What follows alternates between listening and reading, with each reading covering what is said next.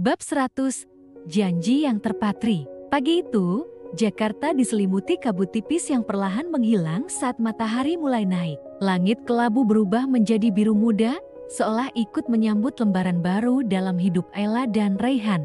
Bagi Ayla, Jakarta kini bukan lagi tempat penuh luka. Ia telah berdamai dengan masa lalunya. Semua rasa marah, kecewa, dan sakit hati sudah ia kemas dalam koper yang tertinggal di belakang. Raihan menunggu di peron stasiun dengan wajah yang lebih tenang, lebih matang. Saat matanya menangkap Ayla turun dari kereta, ada binar harapan yang menyala. Ia tak berkata apapun saat keduanya bertemu, hanya meraih tangan Ayla dan menggenggamnya erat. Tak butuh banyak kata, karena genggaman itu menyampaikan semua. Penyesalan, rasa syukur, dan cinta yang tak pernah padam.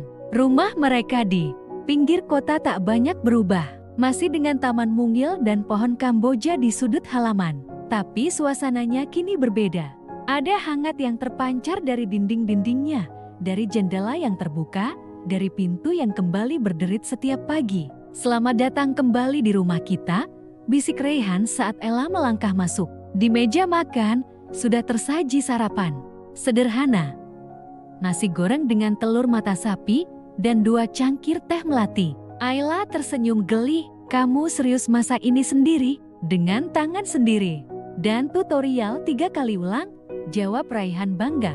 Mereka menghabiskan pagi dengan bercerita, tertawa, dan sesekali terdiam dalam nostalgia. Foto-foto lama yang dulu disimpan Raihan kini tertata di album baru. Ada foto pernikahan mereka. Ada momen liburan pertama ke Bali, dan ada foto Ella tertidur di sofa sambil memeluk kucing mereka yang dulu. Ketika malam tiba, suasana berubah lebih hening.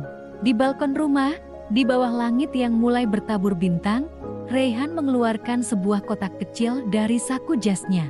Tanpa kata-kata, ia membukanya. Cincin itu tak mahal, tak berkilau seperti permata, tapi diukir dengan kata terpatri di bagian dalamnya. Aku tahu aku pernah gagal, tapi kalau kamu izinkan, aku ingin mulai lagi.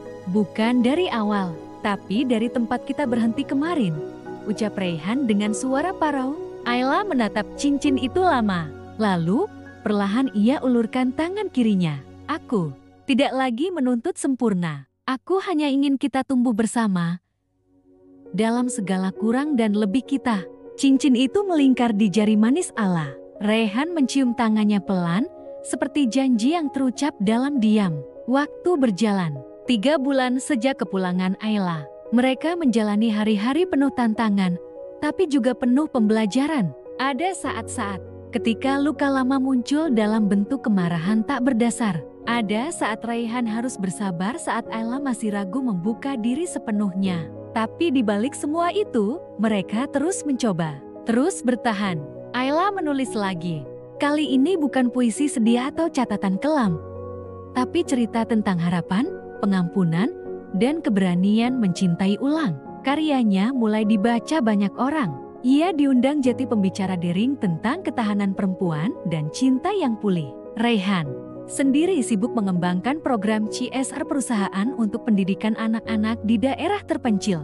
Ia merasa hidupnya tak lagi sekadar tentang bisnis, tapi memberi dampak nyata. Di antara semua itu, hadir ide yang awalnya terasa jauh, adopsi. Kalau kita nggak bisa punya anak biologis, bukan berarti cinta kita kurang, kata Ayla di suatu malam.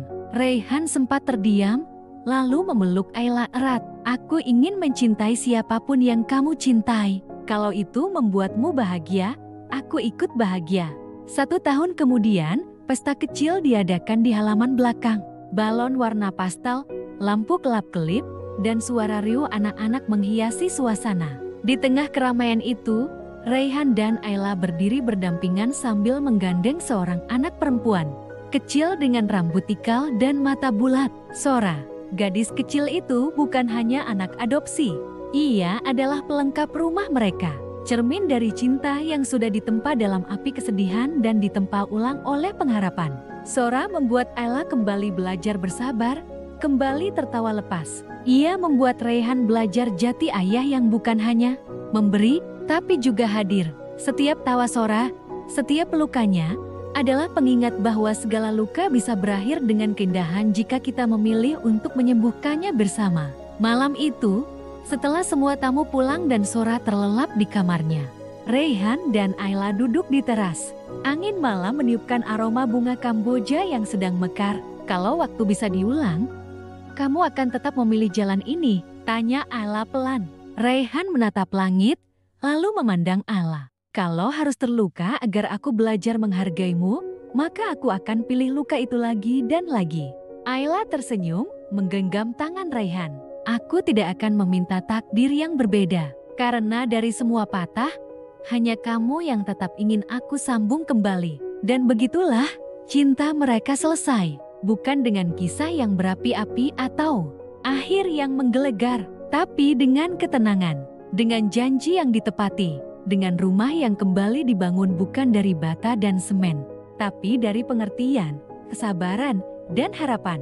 Di dunia yang sering meremehkan kesetiaan, kisah Ayla dan Raihan adalah pengingat bahwa cinta tak selalu mulus, tapi bisa jadi kuat. Bahwa bukan cinta yang membuat dua orang bertahan, tapi kemauan untuk terus memilih satu sama lain setiap hari. Tamat.